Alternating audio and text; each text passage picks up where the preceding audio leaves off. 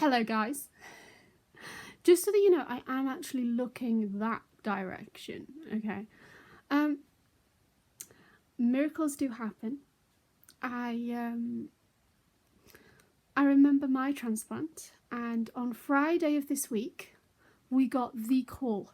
I and Florin got the call to go for Florin's kidney and pancreas transplant. Sorry, the weather's getting to me a bit. Immunosuppression and all. And I have to say, I'm really, really grateful. And on the night, I was just utterly jubilant. But, you know, there is like a sadness to it, but there's a happiness to it, because obviously with every transplant, somebody had to have died to give you that transplant. So although I'm happy, I was also, you know, you can also feel a little bit unhappy as well. But I am really, really happy. I'm so jubilant, because not only on the Friday we went in with everything, and we got Florin settled, ready for his kidney and pancreas transplant. On the Saturday, our wedding album came along, so I could visit him this Saturday with the wedding album. And this Sunday, he is in HDU this morning, and we're going to visit him at 11 o'clock in HDU with a ventilator, as he would be after the transplanted organs have been received. And obviously at the moment he's stable, but in the next coming couple of weeks we're going to have to kind of watch out for any possible issues transplant wise, because, you know, in recovery period you can get rejection. You usually lose your pancreas quite quickly. Kidneys are a bit more robust. So we are hoping, or at least I am hoping right now in front of you guys, that although there will be long-term effects, like a 1 in 100 chance of a higher rate of cancer due to the medications you'll be on, but you know, if that's it, you know, it's pretty good, you know. So I am really hoping that, you know, whilst he's stable now, he will continue to be stable, and that we won't lose his pancreas, and that he, you know, pulls through with both organs, and that he's able to fulfill some of the dreams that he had to put on standby. Because obviously when you are this ill and you are needing dialysis, you know, you put your dreams on standby and you go for plan C, D or E, you know. And you know, we all have to change our objectives in life depending on what happens to us. So I'm really, really hoping that he will change, and he will become a lot more fitter and a lot more freer, and you know, there aren't really words to describe, you know. I mean, yesterday it was a bit, I felt a bit kind of, oh gosh, you know, I felt very when will he be going in? And it is very selfish of me, because at the end of the day, there's a good side and a sad side to any transplant, you know, because if someone's getting a transplant, then someone has had to have died to give you the organs. So, you know, whilst you're waiting for your loved one, somebody else is waiting for their loved one in you know, their struggle to kind of die, which is, you know, sad. But, you know, at least it kind of brings a more silver lining to death, you know. I'm hoping that Florin stays stable, as I said. And it's like, good things come in threes. So, you know, there's more of a chance now. So I'm going to stop there, because I'm not too sure. I mean, you know, I could have streamed the whole event, you know, getting into the car, getting everything sorted. But to be honest, when it is you don't necessarily, when everything, you know, you don't want to to spend time live streaming an event when you could be in the event and present in the event. Do you know what I mean? You know, you don't necessarily want to spend time not being present in this event. And although I could have live streamed it on Instagram and said, look, I'm in the car, we're on our way, you know, it's a long process to gaining a transplant. For a start, you have to be a suitable match. And then from there, they have to, you know, obviously wait for consent. That's not just from the person who has opted to donate their organs, but the people who,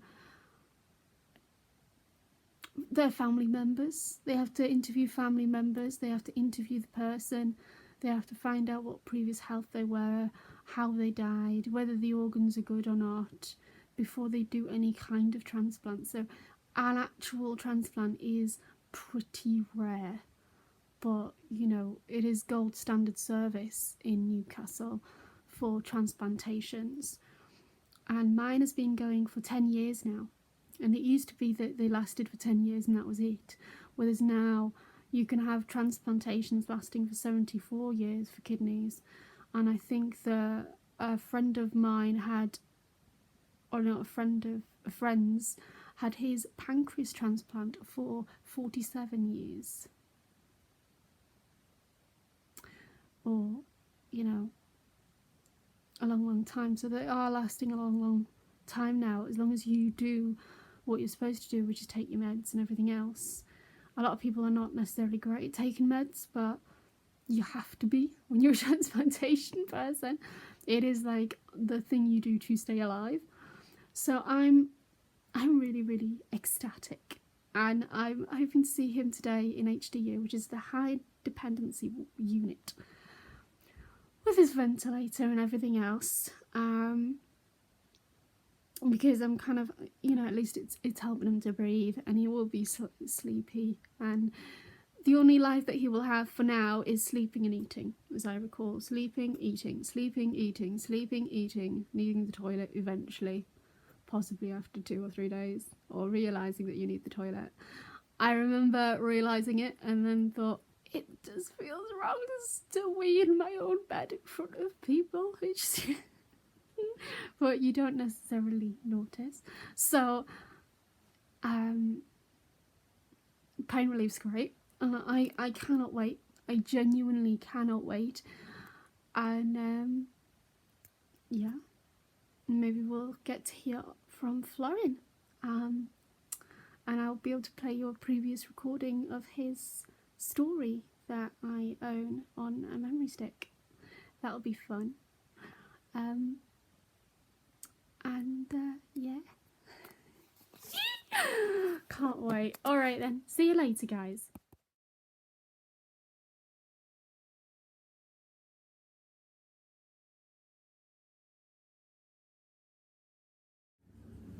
Hello guys. Sorry I haven't been on for a while, and this one, dependent on your perspective, is going to be a really good one. I am sorry to those who have a sensitive disposition, but I want to tell you that I recognise that I have introduced you to me, but I haven't introduced you to my husband. You know that frog I told you all about a long while ago? Well, I ended up marrying that frog, and that frog created this audio clip of himself. And it's poignant to this because miracles do happen, and he needed a kidney and pancreas transplant. And so yes, I'm gonna play this so that you get an idea of him a while back, and we'll see how the camera rolls, shall we? Okay. I'm hoping this is going to replay. Space. Florin Goita. I am 32 years old and I'm originally from Romania. I've been living in UK for the last 9 years almost, and I've been working and studying, trying to build up a career here in love being here, and I kind of work very hard for where I am at.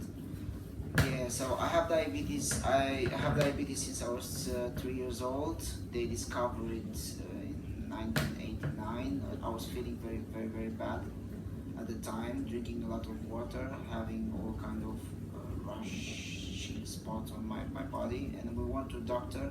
They did a blood test on me, and they discovered that I have diabetes. So since 1989, I've been doing injections, and in the beginning it was a very rough experience for me, very bad experience, because I was young and I didn't know much about injections and insulin.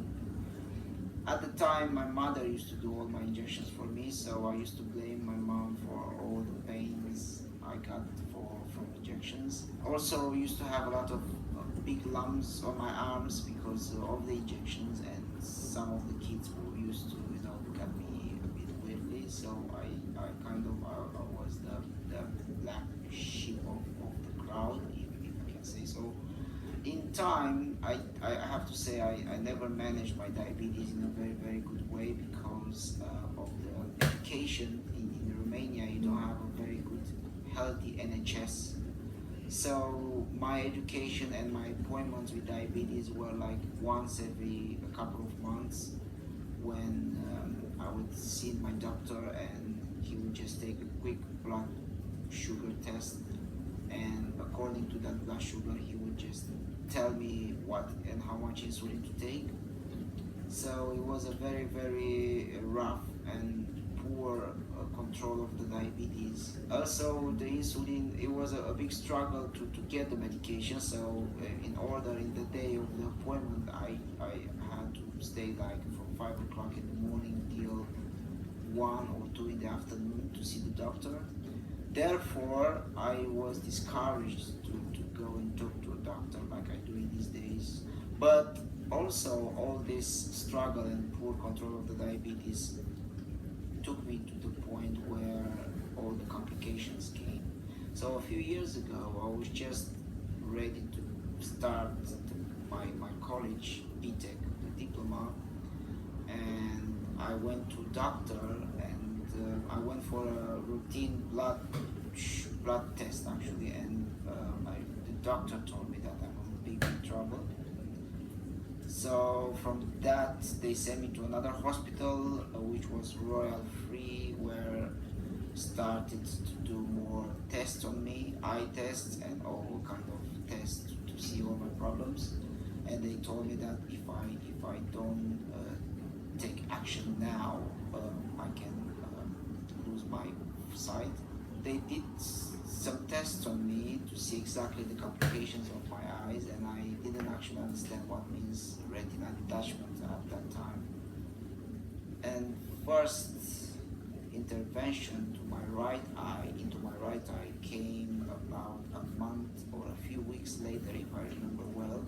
I was very scared to be on a table. I haven't been on a table, a surgery table, since years, since I was very young. So I was a bit scared, and my choice was either to go for a total anesthetic to put me to sleep, or a local one, and I was so scared of going to sleep, and I chose a local anesthetic. And the experience is very awkward, because you are on a table and a doctor comes and gives you all these injections in your eye, like I had for the first time, 4 injections with anesthetic, and everyone is nice around you, and you see only people around you moving and talking to you, and you're a bit scared, and you don't know what's going to happen to you next. You can hear all these people doing the preparation for the surgery, and I started to shake up a lot. My body was shaking, and I was very emotional, and I had nobody with me. I was just on my own in London. So I was a bit scared for my first operation. I went inside, and I really liked, I started to be more calm, because actually doctors were very friendly, and they were asking me all the time what's going on, and they were talking to me all the time, and that actually made me feel more comfortable. And what also helped me a lot while I was on the table, it was they were listening loud music, And I said, if they can do that, I can actually be more quiet and more relaxed. Of course, the first intervention was a bit, hard for me to take, and I had to stay awake and calm for more than 1 hour. I think the surgery took like 1.5 hours, while I was only trying to keep my mind steady and calm. And I remember I was thinking to all my nice family and all my nice moments I had with my family, because otherwise, if I would thinking for the surgery itself, I would have started to be again very, very agitated. The surgery for the left eye took like more than 1.5 hours. It was a bit unusually, and I could feel in the doctor's talk, I could feel that they were a bit concerned about my health of my left eye. And when they finished the surgery, I kind of understood that something went wrong, very wrong in my left eye. And I remember the doctor was, okay, I'll see you tomorrow, but his voice was a bit down. And after the surgery, doctor gave me this bad news about my physis bulbi. In specific terms, this means that the eye lost its not only vision, it's all its functions. So it's just dead meat in there. You can't do nothing about it. I was a bit unhappy to hear all this information, but at the same time, I couldn't get to all this information. I mean, my brain didn't want to understand and didn't want to space. Sorry, I'm just pausing it to fill you in on some of the blanks. Florian did a university degree in product design and automotive design. So he was learning how to design and build, how to design cars. So obviously in the world like that, you need your vision. Space. That I won't be having an eye anymore. My eye will be blind forever. It took me a couple of years until now to actually understand what's going on and what is actually my problem and what's going to happen next. So it was a bit of a set down. I believe this was like a snowball effect where one problem comes with another million. And after my eye got a very, very unusual shape, because this is pretty much one of the problems with physis bulbi. In university, everything crumbled down and people started to pick on me and started to, make jokes on my problem. And it was a bit awful because, first of all, I was dealing with my issue, and also I was dealing with other people's bad jokes. But that wasn't the biggest issue. The biggest problem was that I realized the disappointment in other people's eyes, especially my tutors, because I went to university and I still believe I am a very skilled person in what I was doing, what I'm doing. But after this surgery and after this problem, I realized that I won't be putting my hands on a good job, and I can't actually accomplish my dream, my mother's dream, to be a car designer. So it was a bit of a setback, but I didn't realize the problem, the whole problem, until after I finished university, when I tried to get a job, and it was impossible. It is impossible still for me to get the job that I want. So also almost in the same time when doctor discovered all these eye problems, they also told me about my kidney failure, which is in stage 4, and stage 5 is the last stage, is the maximum you can get, where the kidneys are dead.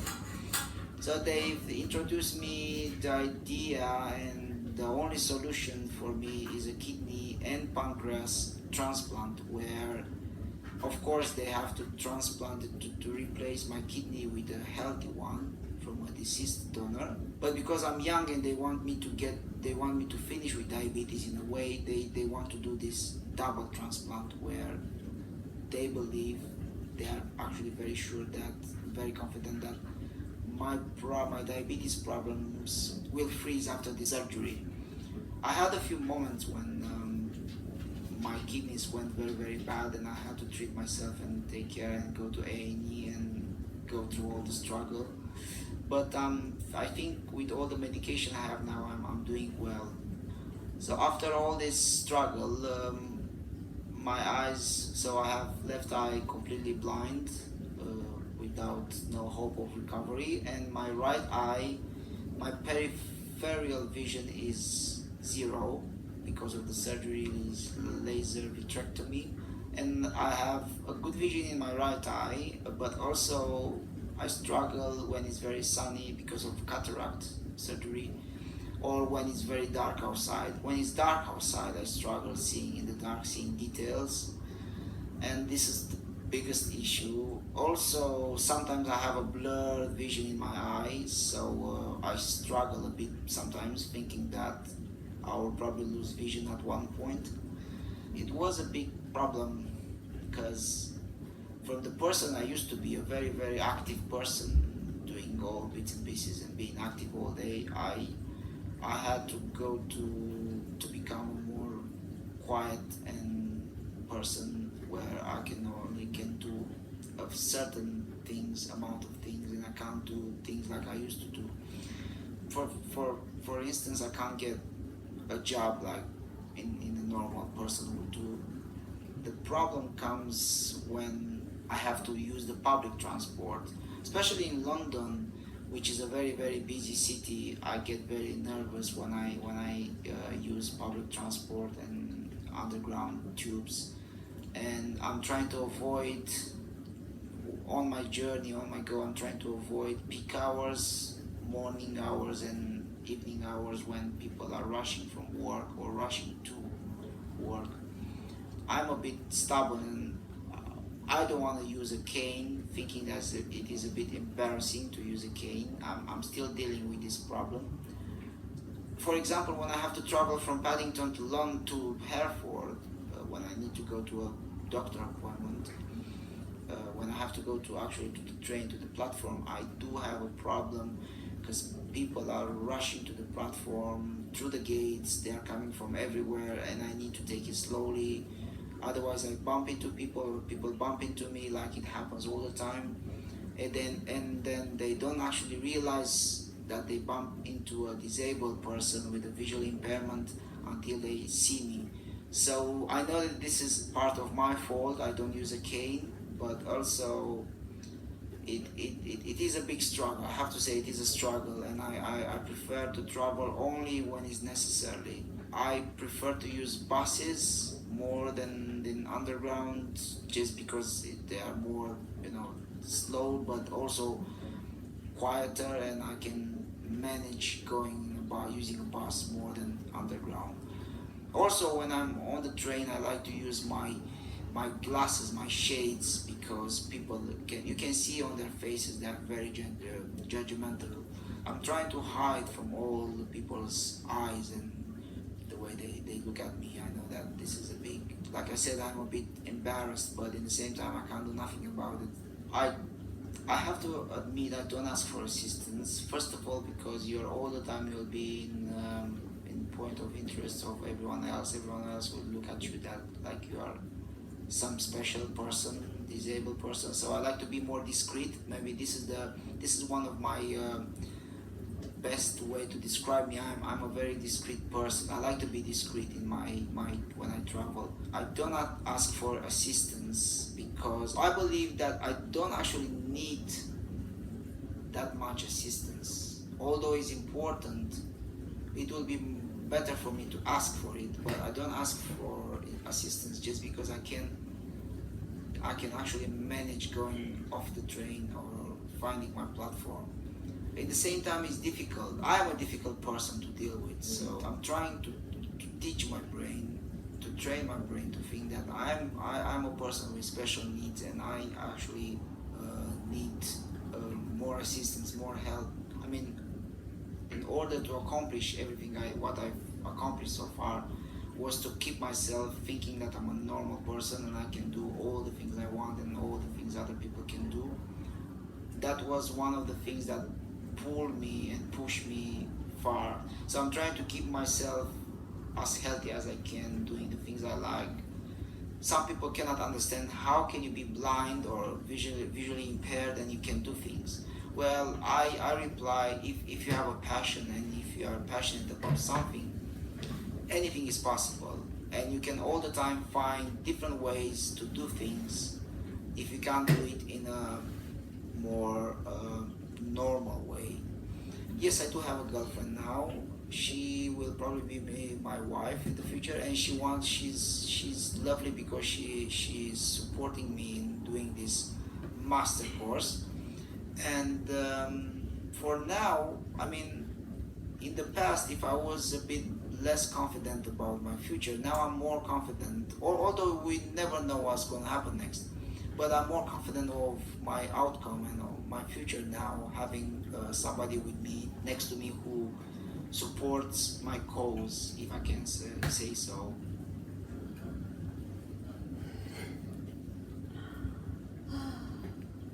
Does an emotion take it out of you? That looks really awful of me, doesn't it? Yawning at the end, right at the end, yawning. It's really, really bad. But in all seriousness, guys, that's him. That's my husband. Yeah. And on the Friday, the 19th, we got the call. And I think it was on the 20th, that about 10 o'clock, that he went in for it. So now it is the 23rd. He has come out of HDU yesterday. It's the high dependency unit, and now he is, trying to rebuild his strength. And now that he's taken the nasogastric tube out, he seems to be a lot more talkative. But, in the next couple of clips, you'll see how I've been feeling and have felt. So I just thought I'd introduce the lucky man who got his transplant in the end in 2019, and thank all of you who have decided to donate and possibly will donate in future. And I also want to say thank you, because I know that in 2020 the rules may be changed, will be changed to an opt-out system, which means that there will be a lot more life-saving organs available. One person was known to have signed an organ donation card, family agreed, and 7 people received an organ. That could be 7 people now walking thanks to that one person. So thank you very, very much, and I hope you enjoy. Any other clips I may attach or may not attach, because this isn't really planned. So taking life as it goes today, and see you soon. Hello guys. Well, last night, actually no, I'm going to start with yesterday morning. Yesterday morning I woke up and I got dressed and everything was normal, and then my dad came round and to collect the photo album, and he said, "So what have you got to do today?" And I said, "Oh, I haven't really got anything to do today, and so we have the photo album from me and Floren's wedding, and he decides to take me in the car, or we decide to go into the car to show the florist the photographs, because the florist, they were very, very interested as to the photographs and how well they turned out. And I, being girly and having my wedding and everything else and everything lovely happening to me all at once, I had to go and show her them.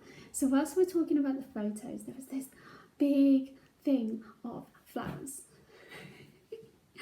And I'm thinking, oh my gosh, she must be getting ready for another wedding, or, she must be getting ready for, christening, and or something absolutely beautiful. They were absolutely beautiful.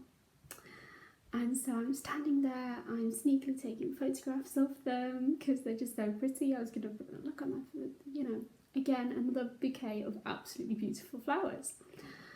And those of you who have already looked at my Facebook will already know the end of this story. So she then goes, "Oh, you like them?" I'm like, yeah, I love them. I think they're gorgeous. And then she goes, "They're for you." And I'm like, "Really? They're for me? Really?" But yes. So my husband is lying in a hospital bed, and the person he thinks of to buy a gift is me. And that was just absolutely beautiful. And I'm just so lucky. I'm just so lucky to have my froggy. My gorgeous Florian froggy. I am so lucky to have him because I'm going to show you the flowers because they are looking beautiful. Look at those. Look at those. And it's in its own little box and it's pretty pink bow. And look all that. I'm going to take you all the way around. You've got to get a 3D image of these beautifully done, absolutely gorgeous flowers. I mean, just look at that spray of beauty and the interest levels and all of that lot there. I'm really hoping that I've got the camera right. I am really hoping that I've got the camera angle right on this, because as you know, we're not famed for our visual techniques, shall we say, you know? So there are even berries in that bouquet, and they are absolutely gorgeous, and they just brightened up my world in the morning. And so, you know, I was happy because I was out shopping and I got my husband a lovely warm fleece from Poundland, because they're actually really good for £9. It's the dark green version, and it's currently in Poundland, a little hoodie. So I bought him his little hoodie, and then I went with my dad to see Florian late at night because Florian was so well the day before yesterday that he gave my mum a massive ton of list of the types of foods that he wanted to eat. So we thought, well, you know, he needs to get his weight up because he's doing fabulously well, but he might be suffering from a little bitty itty bitty infection at the moment. He's suffering from a bit of low blood pressure, so we're gonna get, you know, so we need to get his weight up, his fluids up. He's very discerning. He doesn't really like tap water. I can drink tap water. I'm perfectly happy with tap water, but he has much better taste buds than I do. So he prefers Evian. So last night we went with a couple of bottles of Evian water. We went with cherries, or sherries as he likes to call them. We've bought a melon to cut up and take to him. And we bought him a big McDonald's meal. Not a large, but, you know, an ordinary McDonald's meal. A £1/4 with cheese. And then we watched him eat it. And it's just so nice because when you've been diabetic for donkeys, I mean, you know, he's diabetic ever since he was 3, as you know. It's nice that he's no longer diabetic. He's no longer having to prick his fingers. He's no longer having to put insulin in. And the transplant is going fabulously, swimmingly well. And it's amazingly relaxed, if I can say that. For an operation, for such a big operation that has got a really long recovery period, he is doing so fabulously well.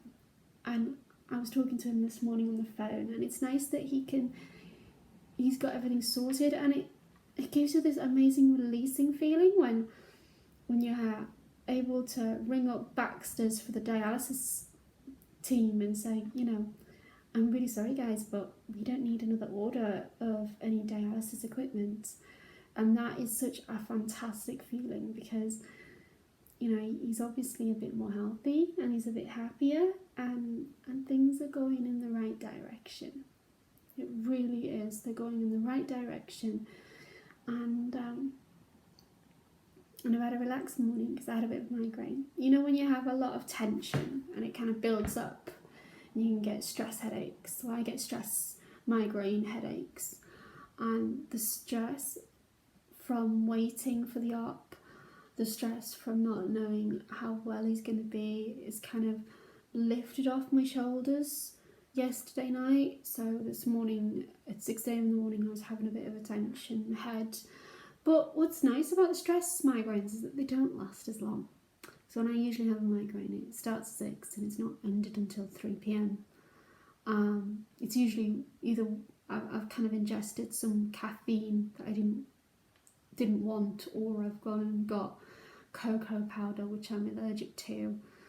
And obviously when you get older, you start being allergic to milk, cheese, all sorts of other products. But the point is I'm doing well, and Florin is doing well, and I'm really, really happy that Florin is doing well, because that means that he's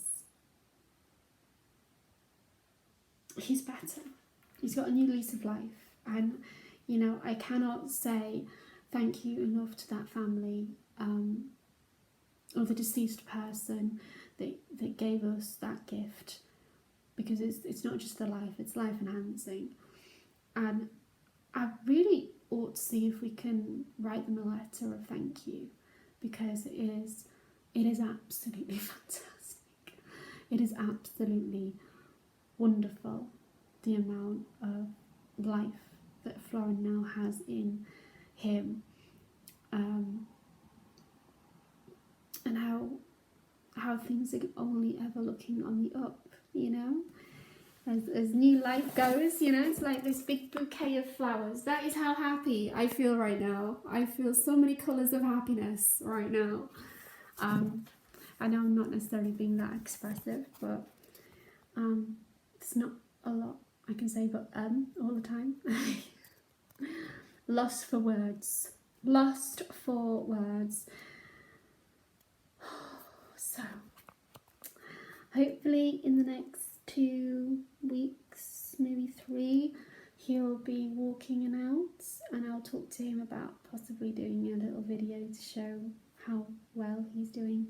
But he's very shy, as you know from the audio interview. He's quite a shy man, a discerning shy man. But I'm not, and I'm not going to be shy in saying thank you to any of you who willingly or unwillingly donate. Thank you very much, because it is very, very helpful. And thank you if you are a member of the minority community who are Asian or Black, because we have a dearth of those here in England and they are more needed. So thank you very much. I'm sorry to end on such a negative note, but I am so happy today. I'm going to be going and getting back to work, making bath bombs today, and I'm going to see him earlier today, because traffic is horrendous into Newcastle apparently, and it's all down to a concert. So thank you very much for viewing this, and share it around, obviously. Well, all this time later on, and what has happened? So, okay Google, what's the date today? It is Friday, the 8th of November 2019. So, welcome to this Friday. During all of this time, we have been having to be very careful of infections and things like that. But sometimes when you are immunosuppressed and you have had a dormant infection, you end up having consequences of having that dormant infection, because it stops being dormant whilst your immune system has been lowered. And unfortunately for Florin, because Florin has come from Romania and has got the history he does, he hasn't got a tuberculosis vaccine, and tuberculosis kills, what was it? I think it was 1 person every 20 minutes in the world. That's how high it is. And in England we more or less eradicated it, but it's kind of coming up a bit more. And tuberculosis is quite a nasty lung infection that causes permanent damage to your lungs, and you know, you can kind of cough up blood and end up kind of dying of it. But there is no problem with that here, because Florin at the Transplant team in Newcastle has a pretty damn good team behind him. And now he is healthy, although I'm sure he won't mind admitting to being a little bit frightened beforehand. He is now a lot healthier on his antibiotics. So whilst they're giving him antibiotics, it kind of lowers the effectiveness of the anti-rejection medication. But the great news is that because he is a lucky guy and he has got a pretty good match in terms of organ donor. Sorry, I'm wobbling the camera. He is, you know, he is not having any rejection issues, which is great. The pancreas is working perfectly, and the kidneys are working a bit more. I mean, obviously, we were quite frightened when he got this diagnosis, because on the transplant ward you don't just have kidneys and pancreases, you have also lung transplants, heart transplants, the works going on at Newcastle, the absolute works going on in Newcastle. And they're a bit frightened because we haven't had tuberculosis for a long, you know, for quite a while. We didn't know whether it was infectious, but luckily he is not infectious, and he is continuously getting better. And he now is better enough that he has yesterday worn his own clothing for the first time. That's right, and I have bought him a whole load of t-shirts, I bought him a whole load of new elasticated trousers / pants to wear, if you know, then trousers to wear. And hopefully once he gets his last drain bag out, because he was on quite a low fat diet for the first couple of weeks, I don't know why, but I'm presuming it's just to kind of help the pancreas kind of settle into its new circulatory system and into the new body, and get accustomed to producing the right amounts of insulin for that particular body. And it's going really, really well. I dare say it's actually going better than mine did, because when I had mine, despite mine being my mum was my donor, I still got rejection, and I got the rare form. So I got blood rejection and I got tissue rejection, which is incredibly rare because, as I alluded to in my first video, when you have a transplantation, they do all sorts of things to reduce the problematic things to do with transplantations. They reduce the amount of, you know, your capacity to get rejection, which is your own immune system killing off the new internal organs that have been given to you, because your body considers it as an infection. So the body insists on attacking the new transplanted organs. And if you get a good genetic match, the body is less likely to perceive it as an infection. It will at some point perceive it as an infection, but it reduces the risk. It tricks the body into not considering it as an infection to kill off, which is great, which is why it's important to have a genetic match, which is why when you have a transplant, ideally it would be by someone who is a relative to you, and if not a relative to you, by someone who is a close tissue match to you, so a close genetic match to you. And when they take the organs out, they actually test them to check that they actually work before they place them in the other person. I know that sounds very strange. And my mum went yesterday to a transplantation seminar which talked about all the new techniques now out for transplantation of organs. So if someone dies of sepsis, for example, they have ways of getting rid of the sepsis before giving it to the other person, because although they couldn't get rid of it in the person that it hosted it in the first place, they are capable of getting rid of it in the organ itself. Gosh, I'm sorry, I'm shaking so much. I know I should have put it on a table, but I just didn't feel kind of cozy and comfortable enough to talk about something like this without kind of sitting in my bed or sitting on a sofa. And it's not my best angle, and you probably see all the way up my nose to my tiny portion of brain, but there we go. So I'm on prophylactics to stop the possibility of me getting tuberculosis, even though it's not really that easily infectious. The type it is. You have to be in real close contact, so like kissing and things like that. And most people aren't, so everybody's safe. And Florin is flourishing at the moment. He is starting to feel hunger. So last night he ate about 3 dinners, and he's just getting the weight back on, which is absolutely perfect, because when you have a look at him, he's quite a slender build, and you don't want him any smaller. He actually weighs less than I did before I got my transplant, which is quite a lot less.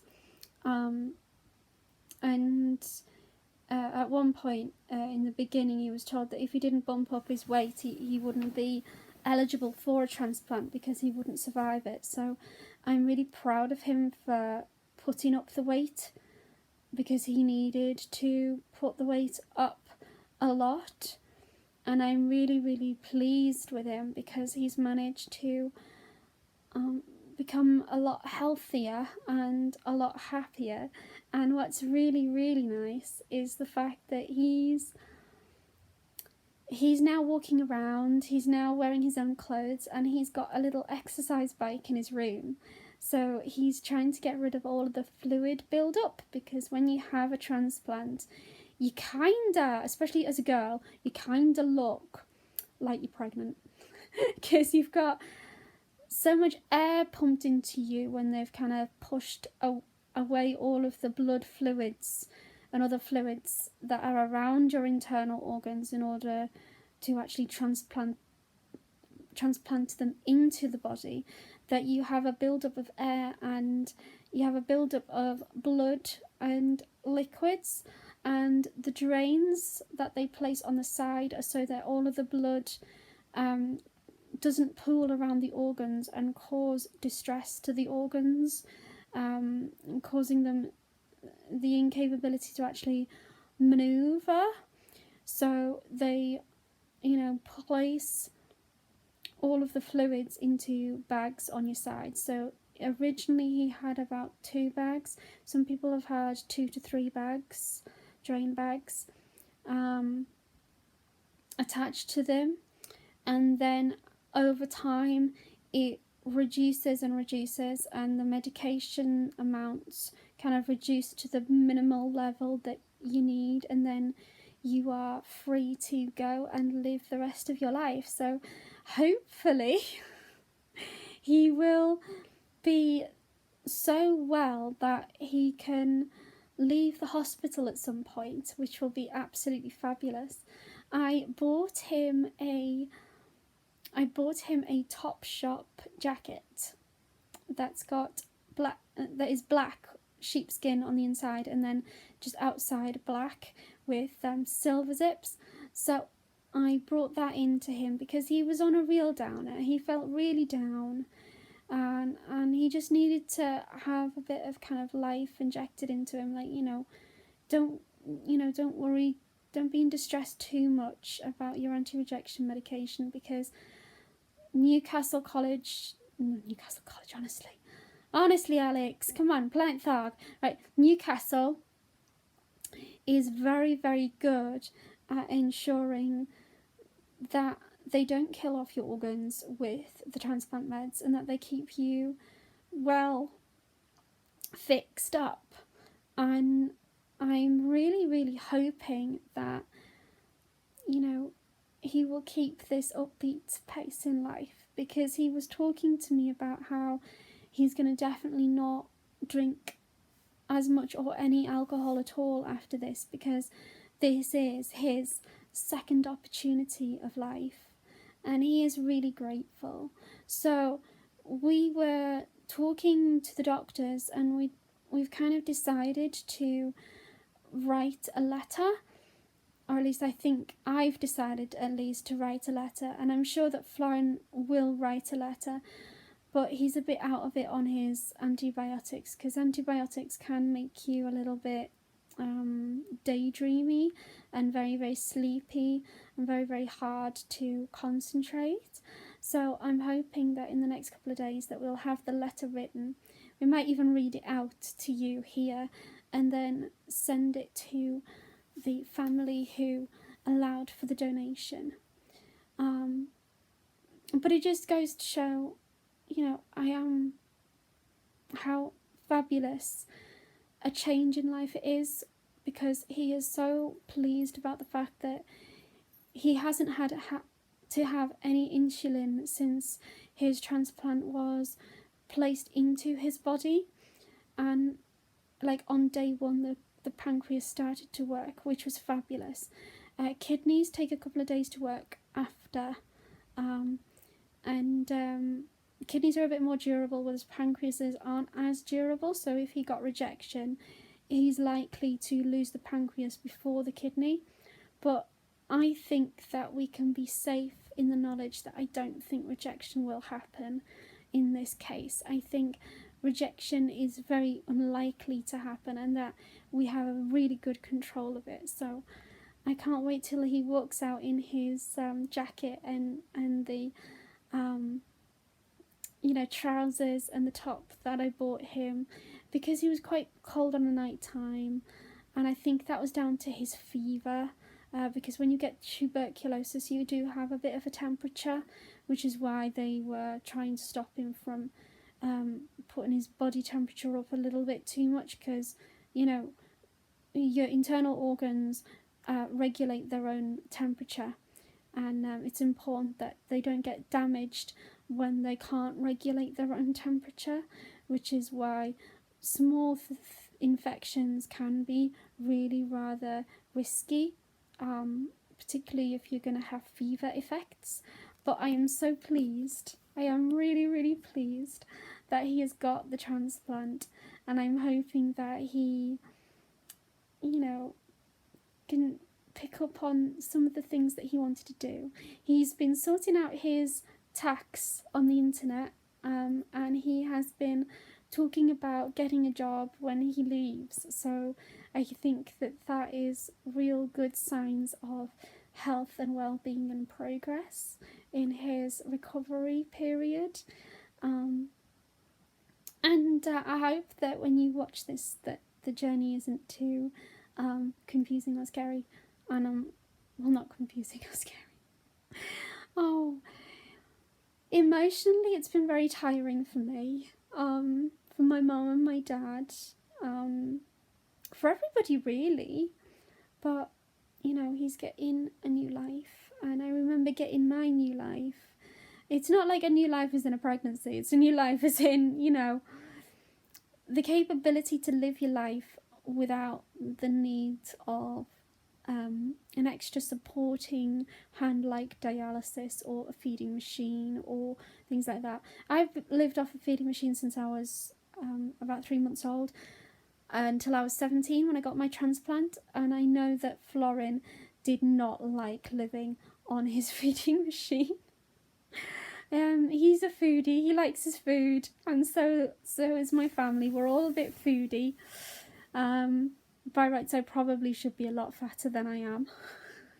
And he's on steroids at the moment, which increases your hunger levels. So I'm really looking forward to it, and I'm really looking forward to sharing the success of the patient and the team and the transplantation team, and just hoping to highlight the fabulousness of it all, and hope that you won't resent having the giving of organs after you die as an opt out system in 2020, because the law is changing to an opt out system, which means that we'll have a lot more organs available, because it'll be presumed that you wanted to give your organs as opposed not to. And I just hope that I increase awareness in amongst families to talk about what they want after their death, and in order to save lives. When I went to the shops and I bought some of the products from the Rose Boutique, Kate, who runs the place, said how her grandmother died of kidney failure, so it was very close to her heart, how transplantation works, and it was listening to how much of a horrible death it is to watch, and it kind of highlighted to my own eyes how much of a horrible death it is for other people, but you yourself aren't necessarily fully aware of it. You're fully aware of the crappy sides for you, but you're not necessarily aware of other people's emotions because you're exhausted. And she was saying how she knew of a donor who managed to save 7 lives because she chose to donate her organs. And I thought that was a really wonderful story, because being someone who had her transplant on the children's ward at the RVI, as opposed to the Freeman, which is where my husband is now, I am well used to watching very young children being on dialysis, and some of the issues you get with very young toddlers on dialysis who don't like their tubes, or like to play with their tubes and accidentally pull them out a bit too much and end up with leakage in the body that they don't want. And I'm well aware of the change that happens and occurs to very, very young children who have had transplants. One of my friends was only about 3 or 4 years old, and she had not yet walked because she was so tired that she just, with kidney failure, that she just didn't learn to walk because her kidneys were that bad when she was born. Because some people are actually born without certain internal organs. Internal organs are also called your vital organs. And she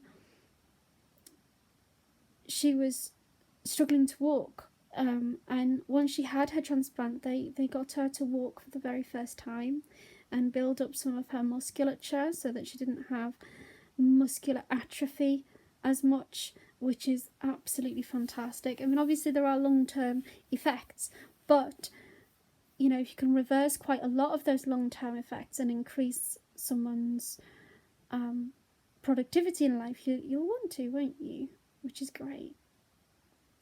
So I am, I'm looking forward to seeing my husband walking out a new man with his new kidney and his new pancreas.